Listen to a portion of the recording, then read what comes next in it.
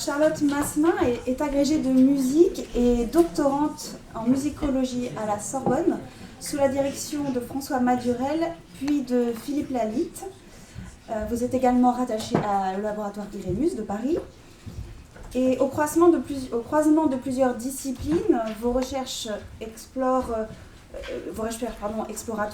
portent sur le rôle de la musique dans la vie d'auditeurs qui écoutent la musique de manière soutenue, c'est-à-dire plusieurs heures par jour, si je ne me trompe pas.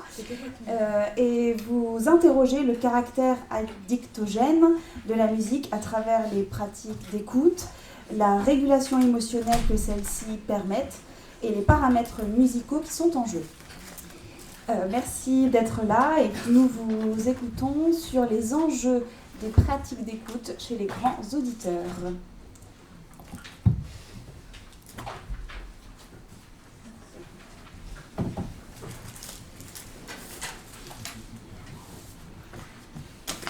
Bonjour à tous et merci d'être ici. Je fais une présentation, mais je suis aussi l'organisatrice de cette journée avec Esther Pineda. Et quand on a pensé à faire cette journée d'études, on s'est dit pourquoi pas en profiter pour participer nous aussi. Ça fait comme ça une intervention dans notre CV de chercheur, donc c'est pratique, comme c'est nous qui organisons. Je vais vous parler aujourd'hui des enjeux des pratiques d'écoute chez les grands auditeurs. Et avant toute chose, les grands auditeurs, qu'est-ce que c'est ? C'est comme ça que j'appelle les auditeurs qui écoutent plus de 4 heures de musique par jour dans un contexte d'accès facilité à la musique, c'est-à-dire le contexte actuel. Donc pour information, une étude de 2018 de la Fédération internationale de l'industrie phonographique établissait la moyenne d'écoute en France à 15 heures par semaine, soit un peu plus de 2 heures par jour. Donc il s'agit d'auditeurs qui sont bien au-delà de ces 2 heures d'écoute par jour. C'est une étude exploratoire que je réalise autour de l'écoute musicale fréquente, voire envahissante. Et dans cette présentation, je ne m'intéresserai qu'aux questions de pratique d'écoute et pas d'objet musical en tant que tel. Lorsque l'écoute prend plusieurs heures par jour, 4 heures, 5 heures, 6 heures, on peut se questionner sur le comportement addictif que certains auditeurs peuvent, c'est ce qu'on va voir, développer envers l'écoute musicale. On constate un plaisir intense, des écoutes prolongées, des écoutes répétées et à certains moments, un problème lors du contrôle de l'écoute. Concernant le cadre théorique, l'étude que j'ai réalisée m'est venue de la lecture des études sur la musique et le plaisir, notamment lors de ce plaisir intense que l'on ressent lorsque l'on écoute de la musique, et avec cette libération de dopamine dans le système de la récompense. Vous avez écouté tout à l'heure la présentation de Laura Ferreri, donc je n'y reviendrai pas. C'est juste un aspect de ma thèse, mais l'étude justement qui a été publiée en 2009 montre le rapport de causalité entre la dopamine et le plaisir ressenti lors de la musique, alors qu'avant il n'avait été observé. J'utilise également les études sur la régulation émotionnelle permise par la musique. C'est un domaine qui a été déjà exploré et j'en ai retenu 2 parmi ces études. D'abord, une étude qui se questionnait sur les raisons psychologiques de l'écoute de musique et qui avait déterminé qu'il y avait 3 raisons les plus fréquentes. La première, réguler ses émotions et ses humeurs. La seconde, avoir conscience de soi. Et la troisième, favoriser les relations sociales. Mais il s'était aperçu que les 2 premières étaient bien plus importantes que la troisième. Ensuite, une étude intéressante, mais qui n'a pas été reproduite, qui se portait dans un contexte de musique quotidienne, c'est-à-dire qu'on permettait aux auditeurs de réagir en temps réel dans leur vie quotidienne par rapport à la musique qu'ils écoutaient, grâce à un petit écran portatif. On s'est rendu compte que lorsque la musique était utilisée pour réguler une émotion qui était ressentie récemment, il y avait un grand plaisir lors de l'écoute musicale, mais c'était également associé chez l'auditeur à une moins bonne santé émotionnelle et un moins bon niveau de bien-être. Concernant le modèle de l'addiction, parce que c'est la question que l'on peut se poser, l'addiction est un domaine complexe, qui est un domaine de recherche qui recoupe plusieurs plusieurs domaines de recherche, pardon. Donc la biologie, psychologie, anthropologie, sociologie. Ici, j'ai choisi un modèle dans le domaine de la psychologie et celle d'un psychologue qui s'appelle Eric Lunis, qui a écrit la théorie générale de l'addiction. Donc il a soutenu sa thèse en 1999 et il a écrit plusieurs articles à ce sujet, qui place la régulation émotionnelle au cœur du processus addictif, ce qui nous paraît particulièrement intéressant, étant donné que la régulation émotionnelle est une des premières raisons de l'écoute musicale. Le principe de cette théorie, c'est de dire qu'il n'y a pas une fracture nette entre les personnes qui souffrent d'addiction et les individus qui ne souffrent pas d'addiction, mais qu'il s'agit d'un continuum. Et ce continuum s'explique parce que l'addiction, selon Eric Lunis, il se fonde sur d'autres psychologues qui ont cherché avant lui dans ce domaine, l'addiction est en fait un processus qui permet de réguler son niveau de bien-être au quotidien. On a tous des activités qui nous permettent de réguler notre niveau de bien-être au quotidien, et le problème arrive lorsque cette activité prend trop de place dans la vie quotidienne, qu'il n'y a plus d'activités disponibles qui permettent d'atteindre le même niveau de plaisir, qu'on ne puisse plus la remplacer. Toute activité, selon cette théorie, peut potentiellement mener à un comportement addictif. C'est parce que chaque activité a à la fois un côté pratique et un côté de gestion hédonique. L'exemple qu'il donne, c'est conduire une voiture, c'est aller d'un point A à un point B, c'est pratique, mais ça peut aussi procurer du plaisir. Regarder la télévision, s'informer, avoir du plaisir. C'est le côté gestion hédonique de l'activité qui nous intéresse ici. Il fait donc une différence entre nos petites addictions, c'est-à-dire notre façon de réguler notre hédonie au quotidien, qu'il a appelé addiction de la vie quotidienne. Ce terme est bien sûr discuté, mais il a le mérite de montrer que c'est un continuum entre un état normal et une addiction pathologique, entre l'addiction de la vie quotidienne et l'addiction pathologique. J'insiste bien sur la différence entre les deux, parce que l'addiction pathologique va arriver, selon cette théorie, quand il y a une souffrance psychique qui est vraiment importante, qui va mener à cette activité, qui ne va pas être contrôlée correctement.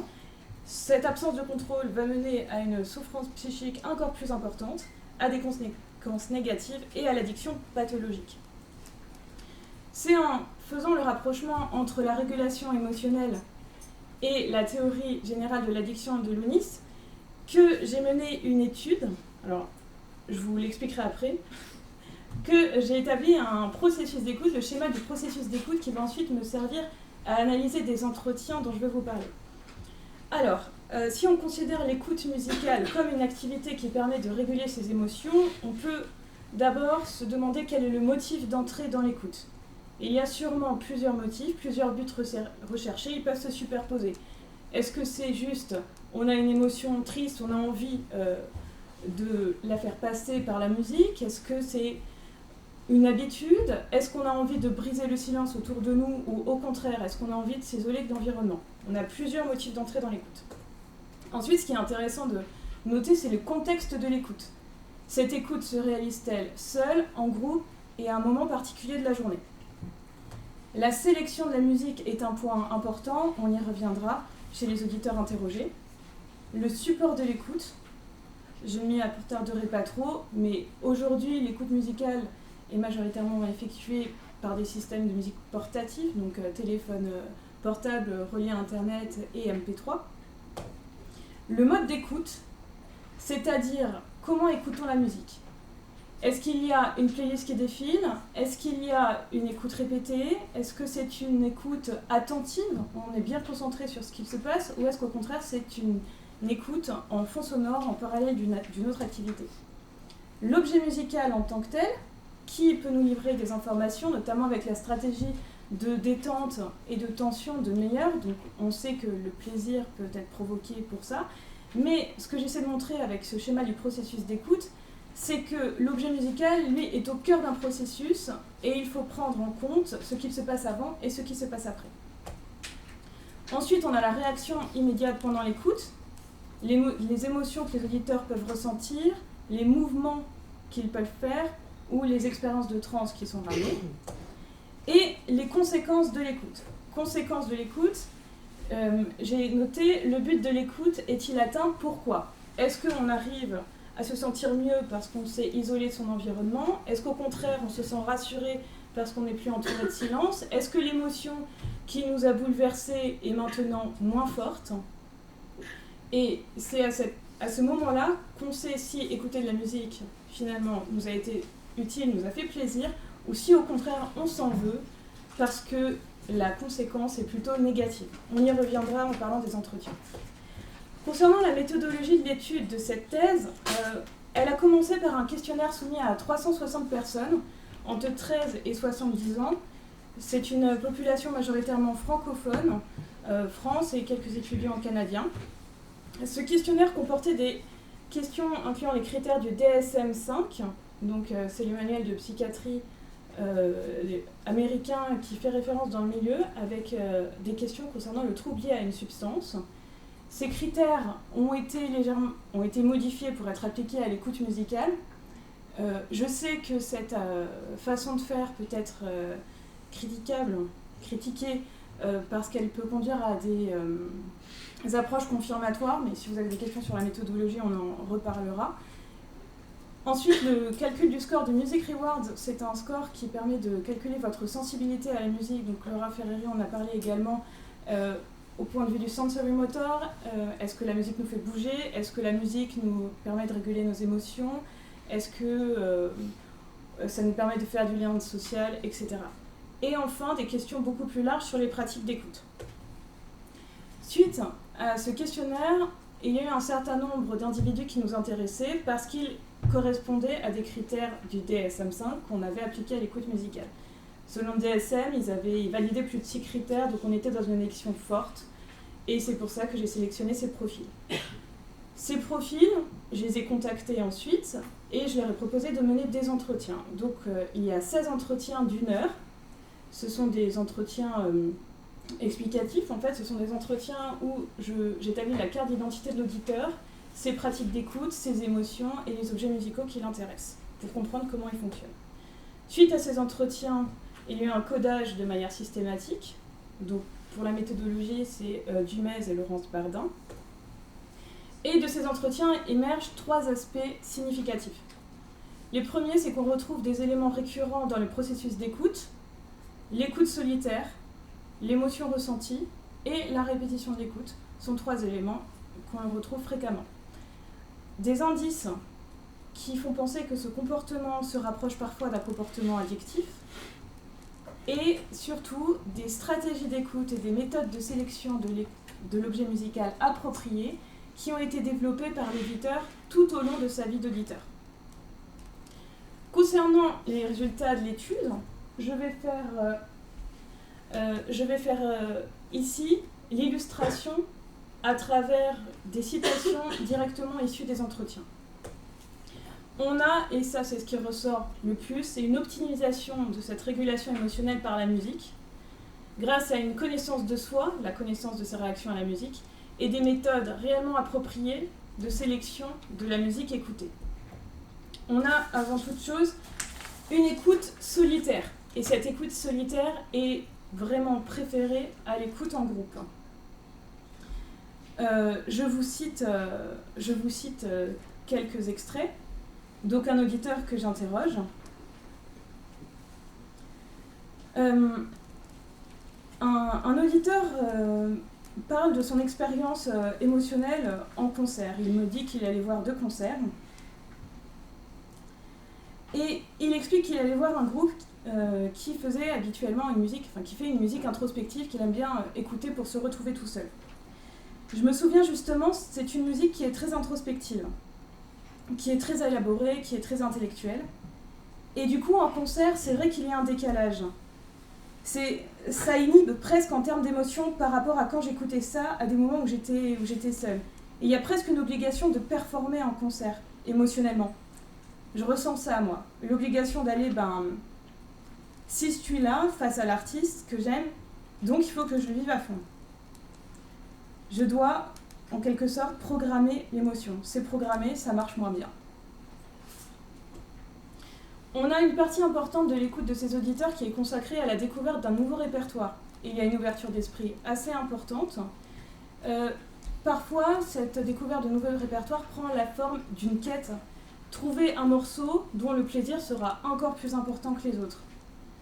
On le voit vraiment, parfois il y a une boulimie d'écoute musicale parce qu'on veut trouver le morceau qui va apporter des émotions encore plus intéressantes que les émotions du morceau précédent. Et il y a ensuite une démarche réflexive sur ces pratiques d'écoute. Ils savent parfaitement comment ils fonctionnent. C'est-à-dire qu'ils savent quelle musique écouter à quel moment, ce qui va leur faire du bien dans quelles circonstances, car ils ont beaucoup observé leurs réactions lors de l'écoute musicale. Ils se définissent, ils savent très bien parler de leur vie d'auditeur, et ils savent parfaitement tous les cycles d'écoute qu'ils ont traversés, quels artistes ils écoutaient à quel moment, et cette musique leur permet parfois de se repérer dans le temps. Ah bah, c'était l'époque où j'écoutais tel groupe, et puis après je suis passée à tel groupe, et aujourd'hui je suis dans tel cycle, etc. C'est quelque chose qui est assez important. Je vous donne un exemple d'un auditeur qui analyse son plaisir à la musique. Donc voilà, pour résumer, pour moi il y a ces 3 niveaux. Le niveau un peu primitif, brutal, le truc qui fait que personnellement j'ai envie d'écouter. Limite de réécouter la track à l'infini jusqu'à m'en dégoûter. La partie émotionnelle, c'est celle qui te touche. Et la partie intellectuelle, celle qui te fait réfléchir en fait, et juste le plaisir d'apprécier la complexité, d'être capable d'apprécier la complexité de telle ou telle chose. Et ensuite, on a est-ce que je l'ai noté ? Oui. On a beaucoup de temps accordé à une méthode réfléchie et personnelle de classement du répertoire. On a l'utilisation de playlists. Ces playlists, elles ne sont pas, généralement pas des playlists qui sont toutes faites que vous pouvez trouver sur Spotify. Elles sont réellement personnelles, elles sont pensées, elles sont travaillées. Certains les établissent par journée. Le matin, ils disent je vais écouter telle musique, telle petite playlist en boucle toute la journée. D'autres les font par saison, c'est-à-dire qu'ils créent la playlist de l'hiver 2019. Après, il y aura la playlist du printemps 2020. D'autres les classent par émotion. Il n'y a pas ici de points communs à part le temps qu'ils accordent à cette méthode. Je vous l'illustre. J'interroge un auditeur sur ces playlists. Elles ne sont pas énormes en fait. Elles sont assez petites. Déjà parce que ça m'arrive souvent de les faire tourner. Il y a des morceaux que je mets, que je vais enlever, je vais en remettre d'autres. Je lui demande s'il lui arrive d'en enlever. Oui, il m'arrive d'en enlever, tout à fait. Ça va dépendre pas mal Toutes les playlists ne sont pas forcément au même niveau, on va dire, d'intérêt. Il y en a où je vais enlever des trucs parce que bon, j'ai trouvé un intérêt, puis au final, j'ai trouvé mieux. Il parlait ici d'un morceau qui pourrait lui provoquer plus de plaisir, qui va intégrer à la playlist et il va enlever ceux qui vont lui procurer moins de plaisir. Et il y a bien sûr les fameuses musiques préférées. Ici, c'est un statut particulier. Le plaisir, quand ils écoutent ces musiques, ne se tarit pas. Ils ne se tarient pas et ils le savent parce qu'ils établissent des filtres au cours du temps. Le filtre du temps, tout simplement. Donc si je l'écoute et qu'elle me fait plaisir, je la réécoute plus tard, elle me fait toujours plaisir. Donc au bout de quelques fois, je sais que ça va faire partie des musiques qui vont me faire sans arrêt plaisir. Donc je vais les conserver. On a l'évocation fréquente du soutien moral qu'ils ressentent lors de l'écoute musicale. C'est revenu très fréquemment, la musique m'aide, la musique me soutient tous les jours, sans la musique je ne sais pas ce que je pourrais faire. Alors, un auditeur qui me laisse entendre qu'il était quelqu'un d'assez marginal, et il me dit, une fois je m'étais dit, ou j'avais écrit quelque part que je ne serais jamais seule parce que j'avais de la musique dans le sang. Et je pense que si j'avais pas eu la musique, j'aurais eu besoin de quelque chose d'autre pour prendre un peu d'air. C'était comme un cocon, ma bulle. Je ressentais pas ça comme quelque chose de réconfortant, parce que j'avais pas l'impression d'avoir besoin d'être réconfortée. Mais j'allais vers la musique naturellement parce qu'elle me faisait du bien. Et un autre auditeur sur l'efficacité d'une de ses playlists, il m'explique les 3e temps, les 3 temps de la création de ses playlists, et là il arrive au 3e temps, quand il a atteint le classement idéal. Et ensuite le 3e temps, c'est à peu près de l'année dernière, où j'ai enfin trouvé une forme de stabilité dans mes playlists. C'est genre, j'ai commencé à faire une playlist qui vraiment me mettait la pêche. Mais ça va plus loin que ça en fait. C'est vraiment qui me donne envie de me dépasser. C'était une période où j'allais pas forcément très bien, donc ça m'a vraiment aidé à me sortir d'une forme de trou en fait dans lequel j'étais. Et donc c'est une playlist par exemple que j'ai beaucoup utilisée quand je courais ou en voiture, quand je sortais du boulot, quand j'allais au boulot, vraiment C'était vraiment plus que de la pêche. Je sais pas, rentrer dans un état, une forme de positivité. Est-ce que ça fonctionnait à tous les coups? Il me dit, oui, c'est ça. Oula. Alors, ça passe très vite, donc... je parlais du choix musical souvent juste. Ils savent quelle musique écouter lorsqu'ils ont telle émotion. Ou parfois, ce qui est intéressant, qu'ils ne savent pas réellement quelles sont les émotions qu'ils traversent, mais ils écoutent. Ils savent quelle musique va leur faire du bien. Ils l'écoutent et la musique leur permet de savoir dans quelles émotions ils étaient. Et parfois, ils n'arrivent pas à trouver la bonne musique. Et à ce moment-là, eh bien, il y a une forme de problème. Ils ressentent un léger malaise parce qu'ils n'arrivent pas à trouver la musique adéquate. Donc tout ça, c'est une compétence qu'ils ont développée par expérience, par fréquentation de l'écoute musicale. Mais surtout, ce que je voulais vous dire, c'est qu'à la marge, on observe des comportements qui font penser à un comportement addictif. On a souvent l'évocation de forts besoins d'écouter de la musique dans certaines circonstances.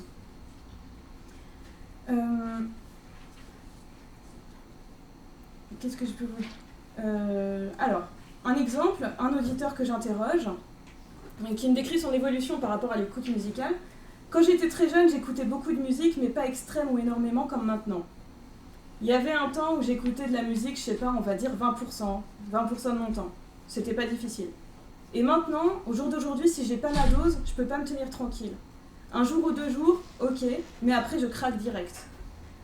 Il y a un temps, il y a 6 ou 7 ans, je pouvais rester, je m'en fous, je pouvais rester 1 mois, 2 mois sans écouter de la musique. Et après, je sais pas, j'écoutais excessivement de la musique. Beaucoup. Je passais des journées entières à cause, j'écoutais beaucoup de musique. On a aussi des échecs de tentatives de contrôle de l'écoute qui sont notés. Alors, soit on a envie d'arrêter l'écoute, mais il parle d'instinct ou d'inconscient, a envie de faire autre chose. Exemple. Tu vois, des choses, ça arrive aussi, ça arrive pas tout le temps, c'est pas toujours simple, mais je me souviens de moments comme ça, qui étaient assez récents, où je suis pas satisfaite de certaines situations dans la vie, et j'ai pu, en train, écouter une musique en boucle pour répondre à une ancienne question. Là, j'ai écouté en boucle, et j'ai libéré quelque chose. Et dans ces moments-là, en plus, il est difficile de dire « stop, je m'arrête ». Parce qu'en fait, c'est un peu un flux continu. Donc, ça m'arrive aussi de ne pas pouvoir m'arrêter. Je pense qu'il y a un trop-plein d'émotions et j'ai besoin de me libérer.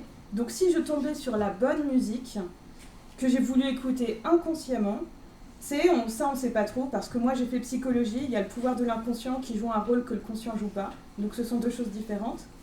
C'est-à-dire que moi, je peux me dire « ouais, j'ai pas envie d'écouter de la musique », mais mon inconscient peut me dire « oui, mais moi, je vais te faire écouter de la musique ». Et même si tu n'en as pas envie.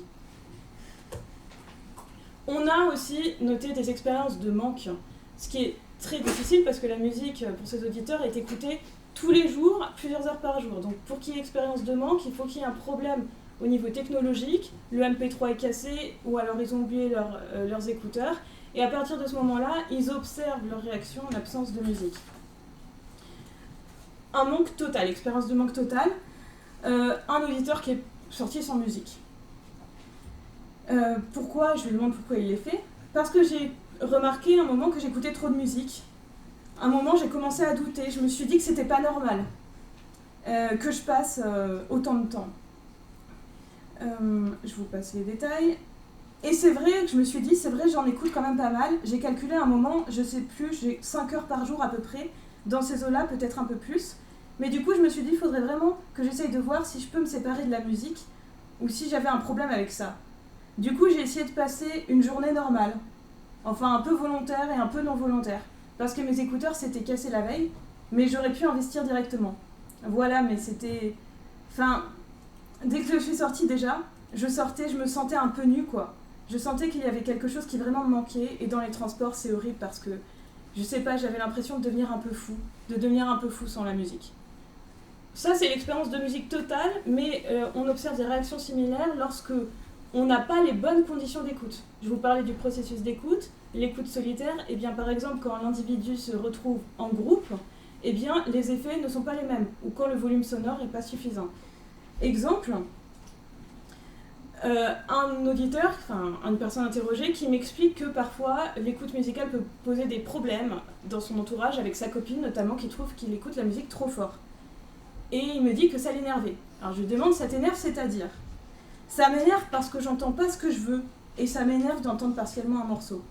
Ah oui, on entend bien les fréquences entre 5000 et 15 000 Hz, on a une mélodie, c'est bien, mais ça me saoule moi. Moi je veux la basse, tu vois. Je veux la basse qui fait vibrer partout. Et ça m'énerve quand j'entends pas.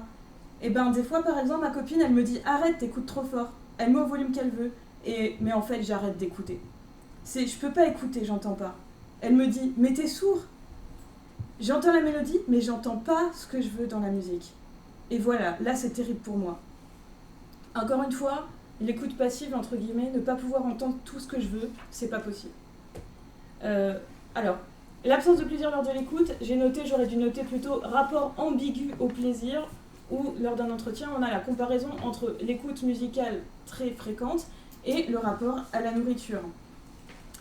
Je demande à un auditeur le plaisir qu'il a écouté la musique, il me fait « Le plaisir, comment ça marche ?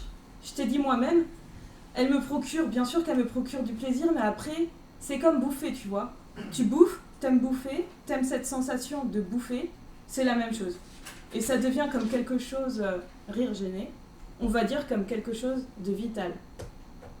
On a ensuite l'inquiétude de l'entourage. L'inquiétude de l'entourage devant les problèmes d'audition qui peuvent se développer bien sûr, surtout à la période adolescente. Et j'ajouterai parce que le volume sonore est souvent corrélé à un plaisir musical plus important, donc on augmente le volume pour avoir davantage de plaisir. Et lors de dans ces 16 profils, il y a quand même un cas particulier d'un auditeur qui pourrait être presque du côté de l'addiction pathologique, c'est-à-dire il ne contrôle plus son écoute, il accuse son écoute de nuire à ses études, à sa concentration et à sa vie sociale. Donc son entourage le met en garde, ses professeurs le mettent en garde parce qu'il écoutait de la musique sans arrêt pendant les cours, et son entourage le met aussi en garde parce que lorsqu'il est avec ses amis, il s'isole avec un casque. Je lui ai demandé si c'était parce qu'il avait envie d'être seul, etc. Il disait non, la musique est la plus forte. Pour conclure, peut-on parler d'une addiction à la musique ? Non, non. Parce que on ne peut pas parler d'une addiction à la musique dans le sens addiction pathologique, si on considère l'addiction selon les conséquences négatives, extrêmement de souffrance. J'en ai pas croisé beaucoup, même chez les grands auditeurs. Au contraire, les moyens technologiques actuels permettent à l'auditeur d'affiner empiriquement la connaissance de sa réaction à la musique, et ça, c'est très positif pour la régulation émotionnelle. Il y a une compétence de gestion hédonique par la musique qui se développe, qui est une compétence qui peut être poussée très très très loin, et qui améliore l'efficacité des stratégies d'écoute et la régulation émotionnelle. Déjà, il y a une démarche active de la part de l'auditeur qui se connaît. Je vais écouter telle musique dans telle circonstance, ça va me faire du bien et ça va me permettre de revenir à la normale, par exemple. Les conséquences de ces écoutes sont positives pour l'individu. On parlait de régulation émotionnelle. Je suis mal, j'écoute de la musique, je me sens mieux. La musique est essentiellement un soutien moral. Et on a aussi une écoute maîtrisée dans sa globalité. Je vous renvoie au processus d'écoute. Les paramètres du support, du mode d'écoute sont aussi pensés et maîtrisés. C'est-à-dire que parfois, c'est écouté de manière répétée et c'est volontaire. Parfois, c'est en fond sonore, c'est volontaire. Et parfois, ils prennent le temps d'écouter leur morceau préféré 20 minutes en ne faisant que ça sur leur lit, parce qu'ils savent précisément à quel plaisir ils vont avoir à faire et c'est ce qu'ils recherchent. Donc, ils maîtrisent ces compétences-là. Et marginalement, lorsqu'ils n'ont pas accès à la musique, on observe des phénomènes de manque et surtout de frustration, c'est revenu souvent, quand on ne peut pas écouter de musique ou quand on ne peut pas écouter de musique dans les bonnes conditions. Merci.